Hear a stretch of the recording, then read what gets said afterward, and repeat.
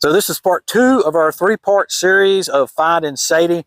So in part 1, we had actually found items that were concrete evidence that Sadie had been in this area.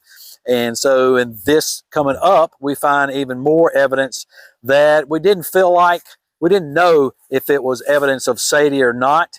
And it could have been detrimental if it was, but we took it to experts, or it was taken to experts by Bright Eyes, and all the experts says, no, this is not items that were evidence of Sadie, and so you need to keep searching for it. And so that is what happened for months and months, and how there was one thing that was done that then that kind of indicated that we had found Sadie. So let's go ahead and jump right in and continue in that interview with Bright Eyes. You know, we found like the debris from the pack in and around the pack area. I just noticed this Buckle's torn. The buckle is chewed up. Isn't that interesting? I just noticed it now. So we so found that, and then we found the collar. Yeah. And then, well, we started like an intense grid search of the entire area. Right? So that was like the collar came about from that grid search. We spent. How far was the collar from the harness?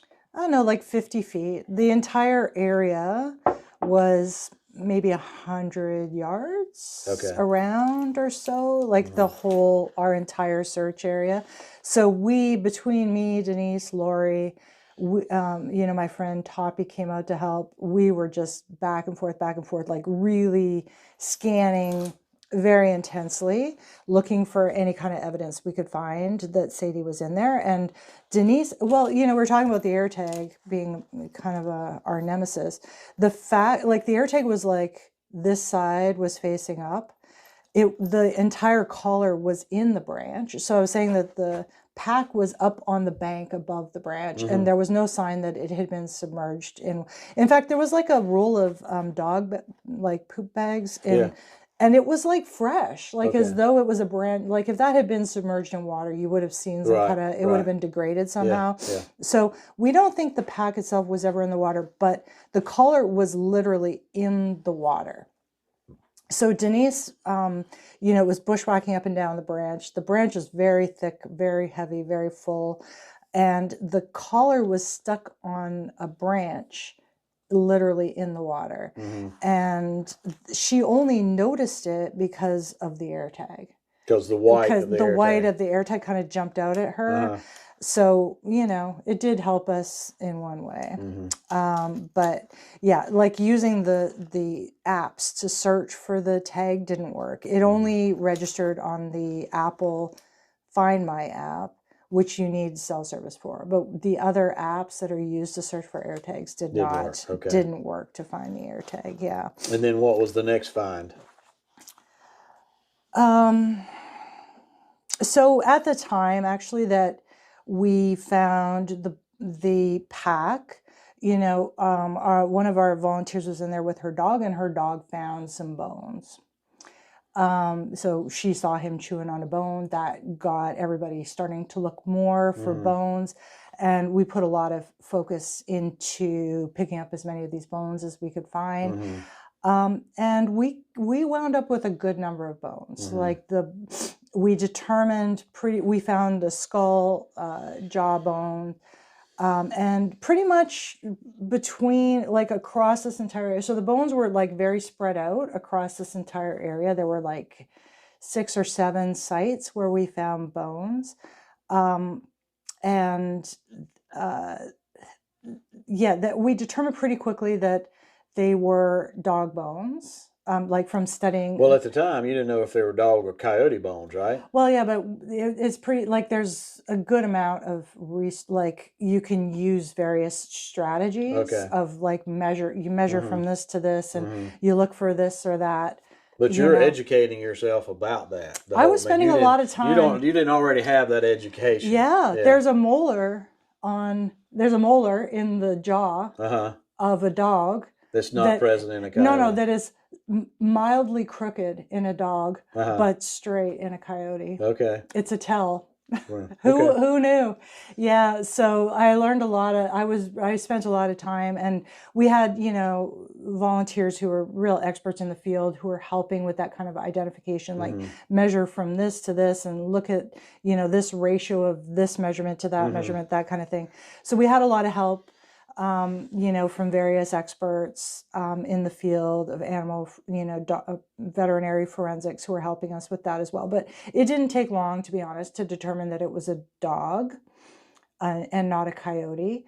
And, the total bones that we collected were basically like the top half of a dog. So we had like skull, vertebrae, shoulder bones, leg bones, toe bones, ribs, pretty much, the whole top half. And you had experts looking at that, and what were they telling you how that would compare to Sadie? They were saying that it's not Sadie. We sent them to 4 experts. We didn't send the bones themselves, but we took so many photos for them. They're like, what about from this angle, from that angle? So we took a lot of photos of all of the bones and sent them to these various veterinary experts, some of professors, Knoxville, University of Tennessee, Knoxville, that kind of thing. And all of them said, this is not your dog. This is not Sadie. And they all had various reasons for it. So the reasons included that the dog was too young to be Sadie. They all said that the dog was probably about 2 or 3 years old, and Sadie is 14 years old.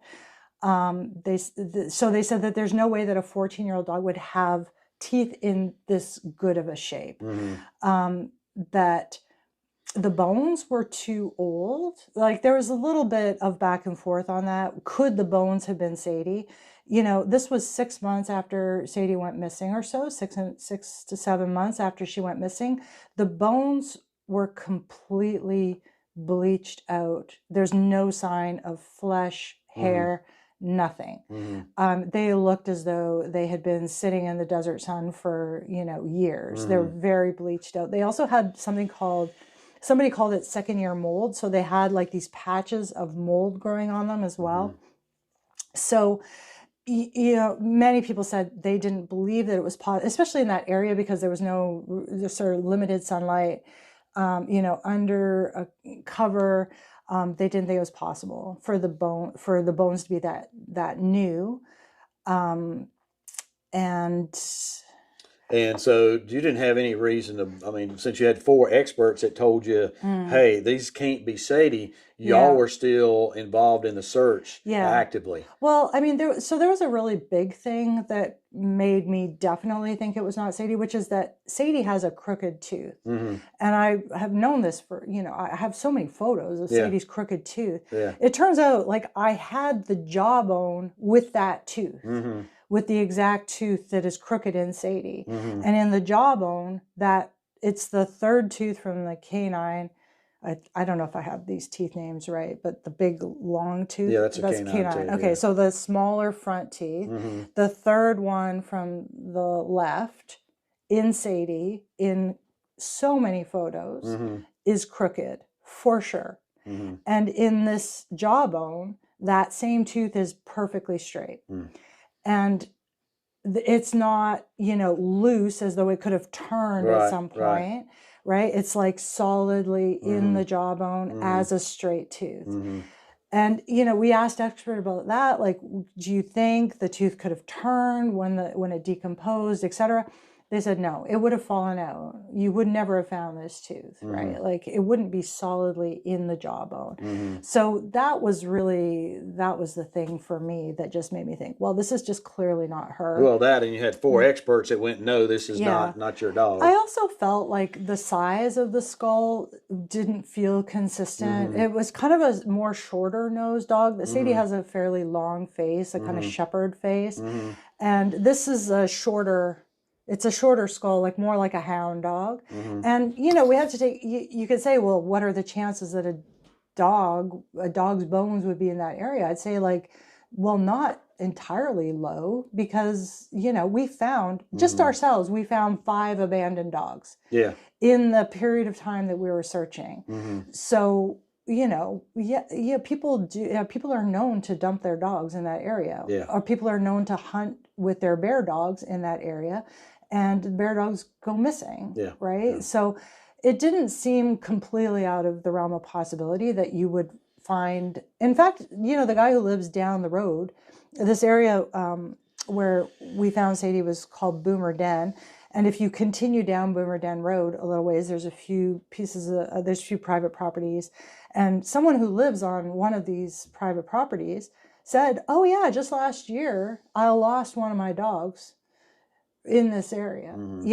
He was like, oh, I never got it back. Right. So we were thinking it could be anyone's dog, right? It could be his dog. Yeah. So yeah. And people have said, if Sadie, for instance, died in that waterway, like, so she was actually wet, soaking wet, it may be possible that her bones could degrade to that point in that period of time, maybe. So, I'm not saying it's impossible, but based on what these experts said, based on my own just kind of intuitive sense of looking at the shape of the skull and being like, that's not Sadie's skull, it just didn't feel to me like realistic that was Sadie. Right. So, from my point of view, I was more interested in continuing to look for her, to pursuing her, like, with this new direction, right? Right. That she's still in the area. And so y'all were, you, rather than kind of going a little further out, you were kind of staying in the Del Rio area there. Yeah, we took down immediately, even as I drove back to Del Rio I was way out at Pearisburg when this pack was found. I picked up every camera we had. We had like 6 cameras out in that direction, following these various sightings. Yeah.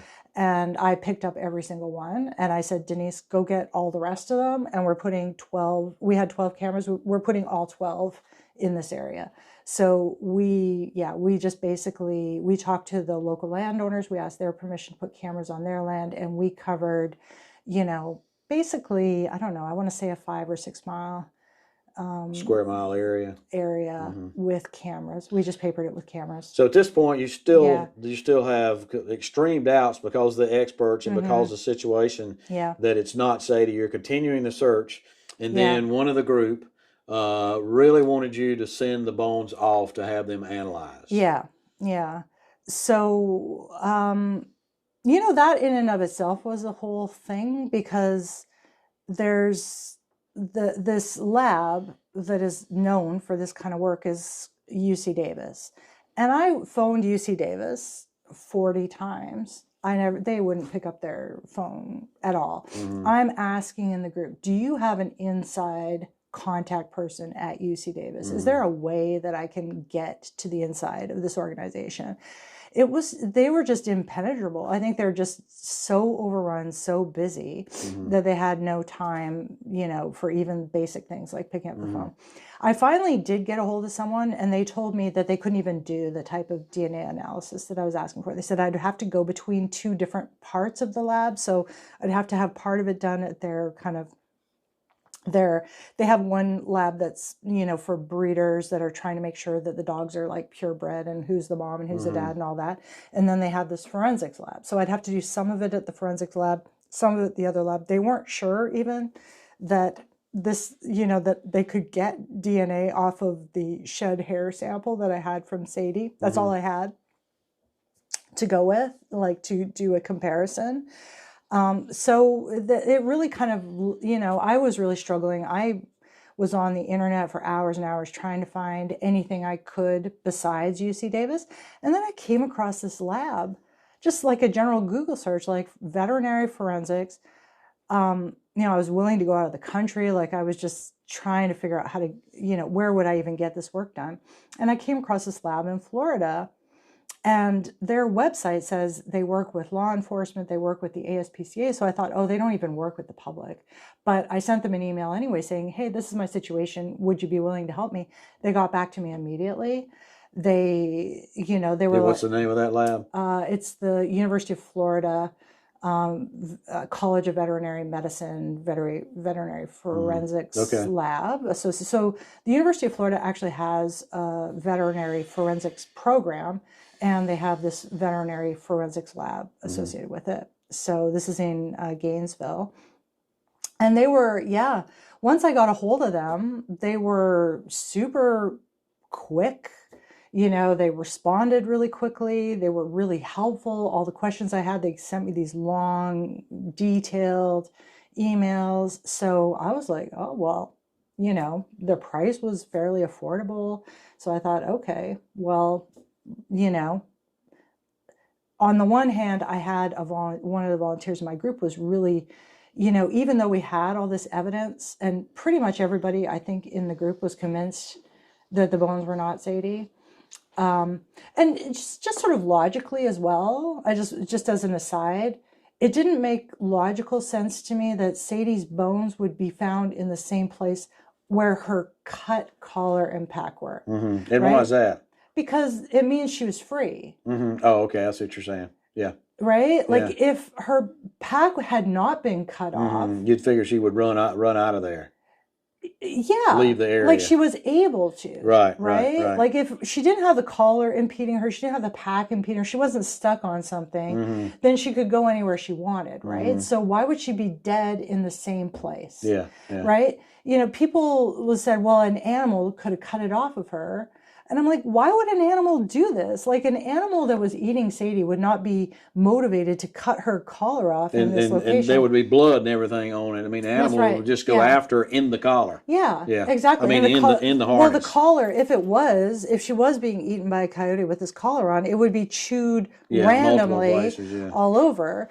And the same with the pack. Why would an animal take the time to like carefully cut at this spot, this spot? Right. Like, it doesn't make sense to me, right? Like, why would they even bother? They would want her limbs. They would just rip them out. And, you know, anyway, so that's another point, is it just never made sense to me that Sadie's pack and collar and dead Sadie would be in the same location. I couldn't wrap my head around that as a possibility.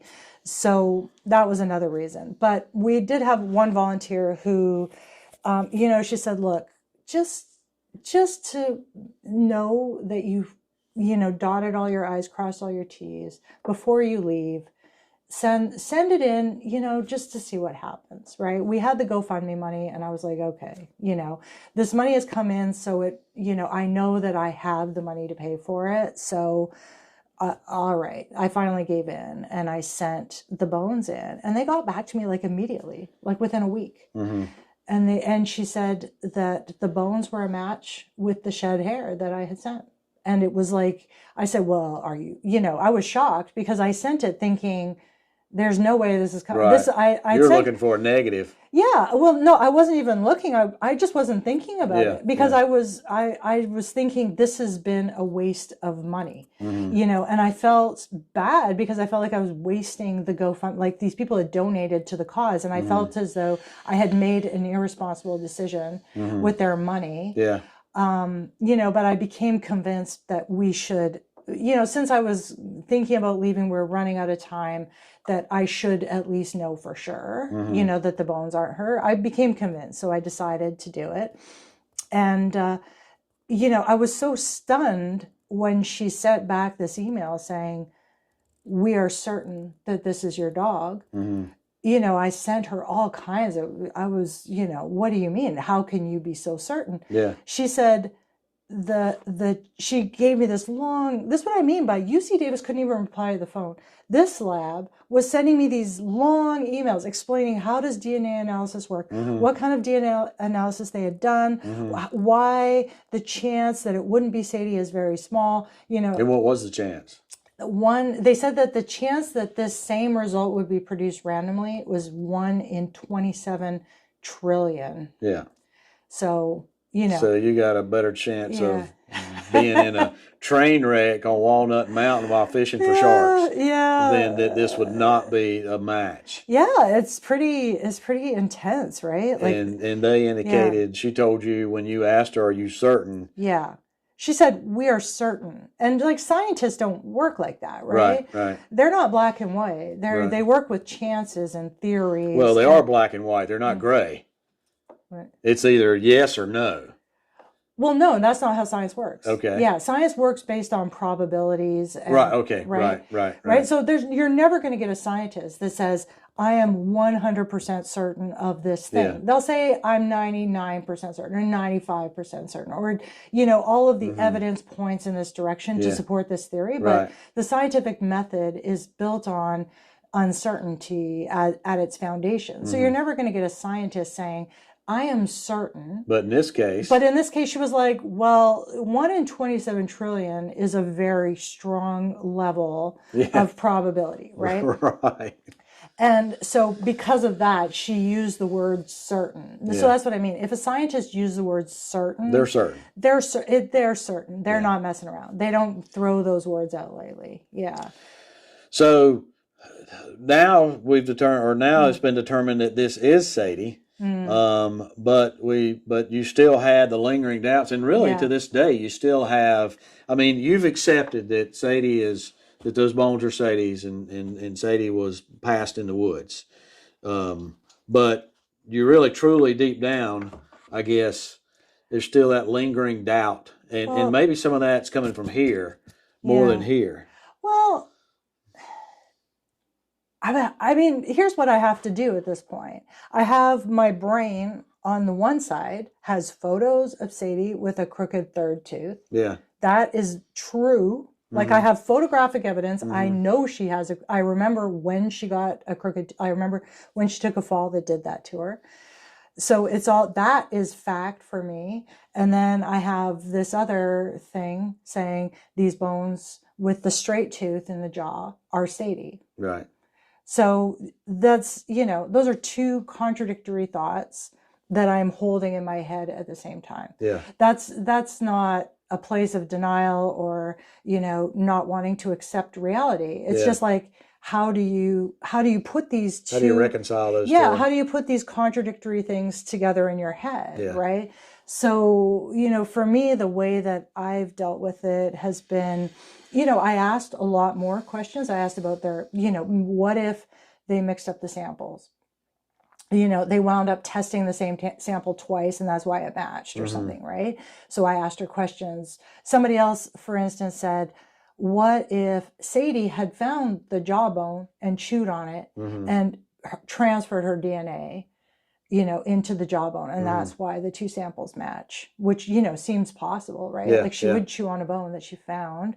So I was asking, like, where did you get the DNA sample from the jawbone? How did you get DNA sample out of shed hair? Because I'd been told that you can't get this particular kind of DNA that they use. I think it's called nuclear DNA.